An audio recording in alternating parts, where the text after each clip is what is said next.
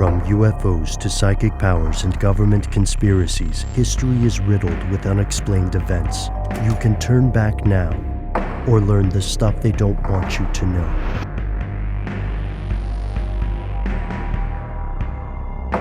Here are the facts.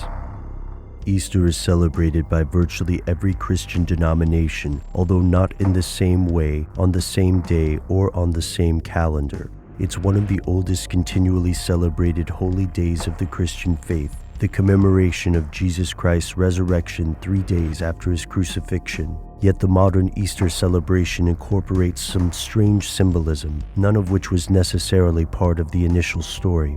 So what's the tale behind the Easter rabbit, the obsession with decorated eggs, and the multi-billion-dollar candy industry? Why do different denominations celebrate this event on wildly different days? What are the origins of Easter? Here's where it gets crazy. This answer changes depending on the person you ask. One popular and very old tale claims that Easter is based on the worship of a pre-Christian pagan deity named Eostra.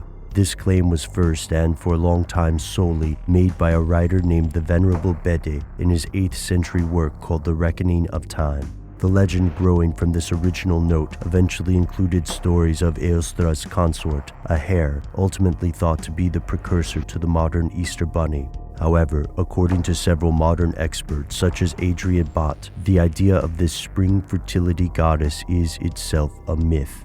No documentary evidence of this deity exists before Bede's writing, claims Bott. He also notes that other Anglo-Saxon deities, like Woden and Thor, are paralleled in Norse and Germanic pre-Christian religion, but there are no such equivalents to Bede's Eostra. It is true, however, that Easter has many parallels to older rituals centered around fertility and spring. Yet Bott argues that the rabbit was retroactively cast as an important mythological figure in the continually evolving myth of Eostra and only first mentioned as part of this story in 1682. According to Bott, the story of decorated eggs has also had a retroactive inclusion into this festival.